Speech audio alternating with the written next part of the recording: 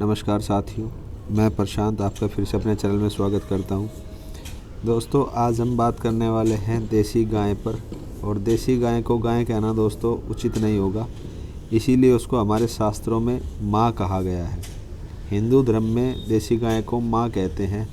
और माँ जो होती है दोस्तों, वो ऐसी होती है कि अपना शरीर का रोम रोम अपने बच्चों के लिए कुर्बान कर देती है, अपने बच्चों के लिए वो निछावर कर देती है, इसीलिए उसको माँ कहते हैं।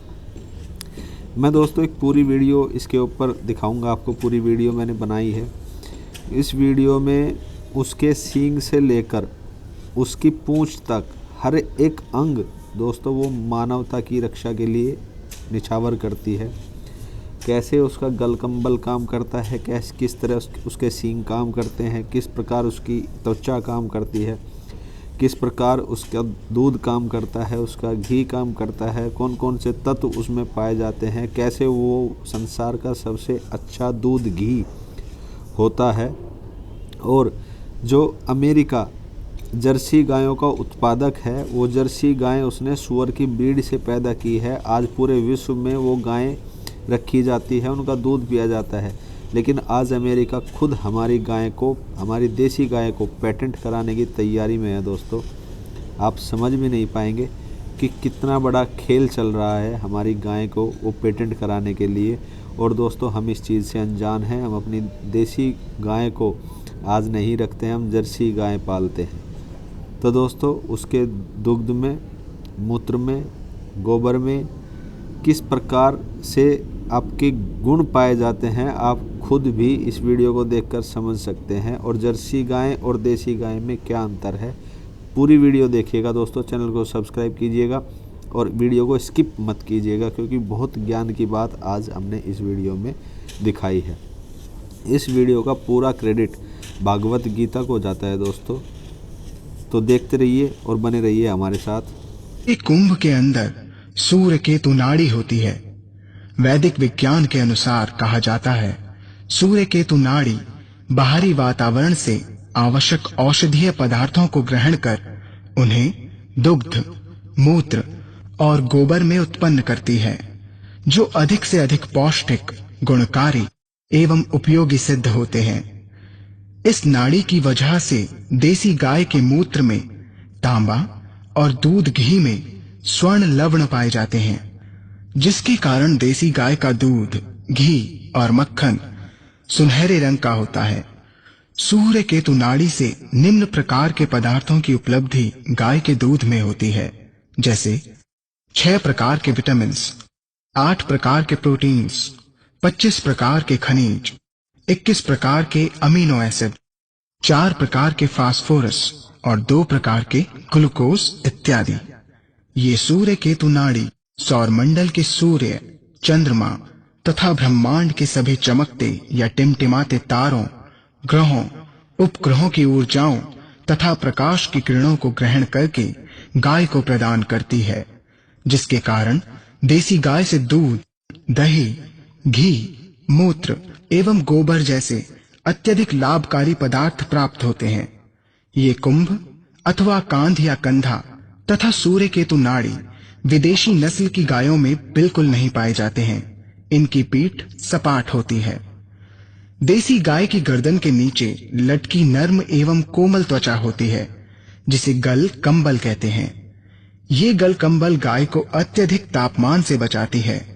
गाय तथा गाय द्वारा उत्पादित पदार्थों में प्रतिरोधक क्षमता को बढ़ाती है। ये गल कंबल विदेशी गायों में नहीं पाया जाता है, जिसके कारण उनके अंदर गाय तथा गाय द्वारा उत्पादित पदार्थों में प्रतिरोधक क्षमता न्यूनतम या शून्य के बराबर होती है। देसी गाय के कान आमतौर पर लंबे होते हैं, जबकि विदेशी गाय के कान आमतौर पर छोटे होते हैं। देसी गाय के सींग आमतौर पर लंबे एवं पिरामिड के आकार के होते हैं, जो वास्तविक तौर पर मजबूत बुनियाद का काम करते हैं एवं ब्रह्मांडीय तरंगों को ग्रहण कर उन्हें पंचगव्य के लिए सही ऊर्जा में परिवर्तित कर देते हैं। ज्यादातर विदेशी नस्ल की गाय में सींग होते ही नहीं हैं। कुछ नस्ल में पाए जाते हैं, लेकिन अत्यधिक छोटे आकार में, जिसके कारण ब्रह्मांडीय तरंगों को ये ग्रहण नहीं कर पाती हैं। देसी गाय का मुखमंडल गोलाकार होता है, जो दिखने में अच्छा लगता है, और विदेशी गाय का मुखमंडल चपटा होता है, जो दिखने में भद्दा लगता है।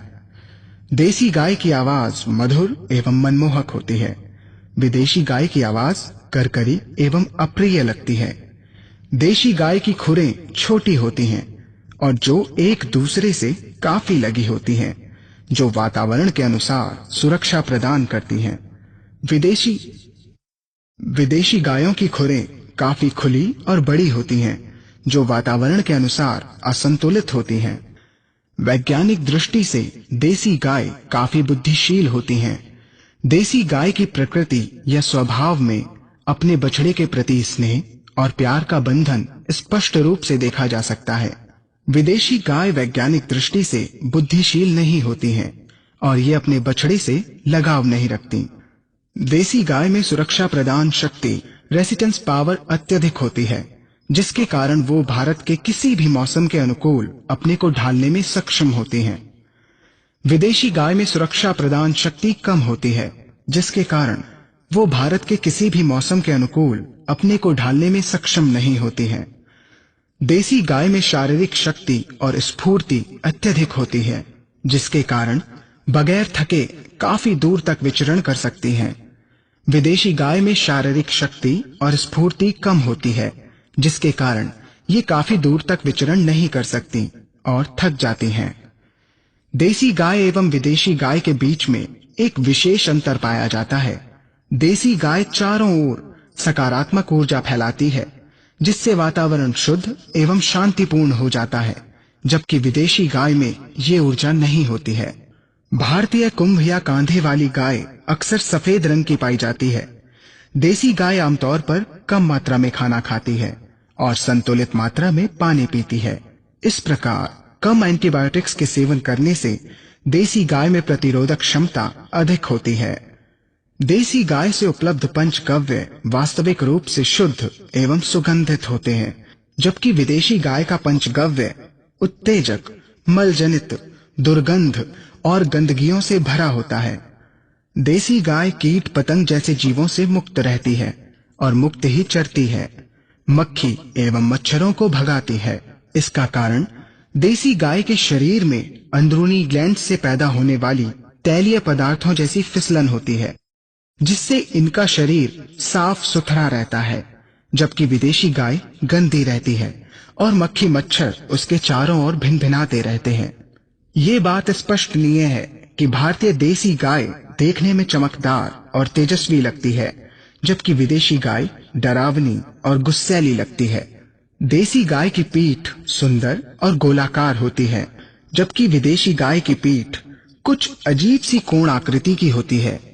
भारतीय देसी गाय का गोबर एक प्रकार की पतली परत से ढका होता है, जो सुगंधित लगती है, जबकि विदेशी गाय का गोबर दुर्गंधित होता है।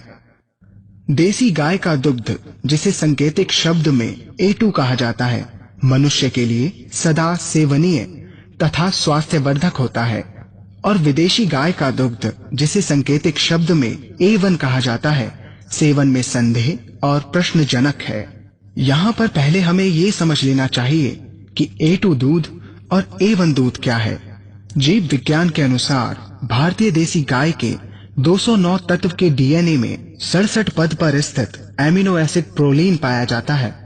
किसी कारणवश जब गाय के डीएनए में प्रोलीन एमिनो एसिड हिस्टिडीन के साथ उत्परिवर्तित हो गया, तो इस प्रक्रिया को म्यूटेशन कहते हैं। भारतीय देसी गाय के दूध में प्रोलीन अपने स्थान 67 पर बहुत दृढ़ता से आग्रह पूर्वक अपने पड़ोसी स्थान 66 पर स्थित अमीनो एसिड आइसोल्यूसिन से जुड़ा रहता है, परंतु जब प्रोलीन के स्थान पर हिस्टिडीन आ जाता है, तब इस हिस्टिडीन में अपने पड़ोसी स्थान 66 पर स्थित आइसोल्यूसिन से जुड़े रहने की प्रबल इच्छा नहीं पाई जाती। इस स्थिति में ये अमीनो एसिड हिस्टिडीन मानव शरीर की पाचन क्रिया में आसानी से टूटकर बिखर जाता है। इस प्रक्रिया में एक 7 अमीनो एसिड का छोटा प्रोटीन स्वच्छंद रूप से मानव शरीर में अपना अलग अस्तित्व बना लेता है। इस 7 अमीनो एसिड के प्रोटीन को BCM7 यानी बीटा कासोमोर्फिन 7 नाम दिया जाता है। BCM7 एक अफीम परिवार का नशीला तत्व है जो मानव स्वास्थ्य पर अपनी श्रेणी के दूसरे अफीम जैसे ही नशीले तत्वों जैसा दुष्प्रभाव डालता है। जिस दूध में ये विषैला मादक पदार्थ BCM7 पाया जाता है, उस दूध को A1 दूध का नाम दिया गया है। ये A1 दूध उन विदेशी नस्ल की गायों में पाया जाता है जिनके DNA में 67 स्थान पर प्रोलीन न होकर हिस्टिडीन होता है। भारतीय देसी गाय के दूध में BCM7 नाम का विषैला मादक तत्व नहीं पाया जाता, इसलिए इसे A2 दूध कहा गया है। हाल ही में national bureau of animal genetic research ने बयान दिया है कि भारतीय देसी नस्ल की गायों का दूध उत्तम गुणवत्ता से भरपूर है। शोध कार्यों को प्रमाणित करने के लिए वैज्ञानिकों ने देसी नस्ल की गायों का व्यापक विश्लेषण किया और बताया कि भारतीय देसी नस्ल की गाय उत्तम गुण संपन्न दूध प्रदान करती है, जबकि विदेशी गायों के दूध में मानव स्वास्थ्य के लिए उत्तम गुण नहीं पाए जाते। A2 दूध में अधिक मात्रा में ओमेगा 6 फैटी एसिड यानी ओमेगा 6 चर्बी अम्ल पाया जाता है। भारतीय देसी नस्ल की गाय पूर्णतः A2 दूध उत्पन्न करती है, जिसमें कम मात्रा में BCM7 पाया जाता है, जबकि विदेशी गायों में इसकी मात्रा अधिक रहती है और ये गाय A1 दूध ही उत्पन्न करती है। A1 दूध मनुष्य के शरीर में पहुंचकर 2 या अधिक प्रकार के अमीनो एसिड उत्पन्न करता है, जिन्हें हम पेप्टाइड या BCM7 कहते हैं। ये मानव शरीर के अंदर पहुंचकर गंभीर बीमारियों को उत्पन्न करते हैं। 1 लीटर A1 दूध में 24 से 32 ग्राम कैसीन पाए जाते हैं और जिसमें 9 से 12 ग्राम BCM7 लगभग 2 चाय के चम्मच पाए जाते हैं, जो शरीर के लिए हानिकारक हैं।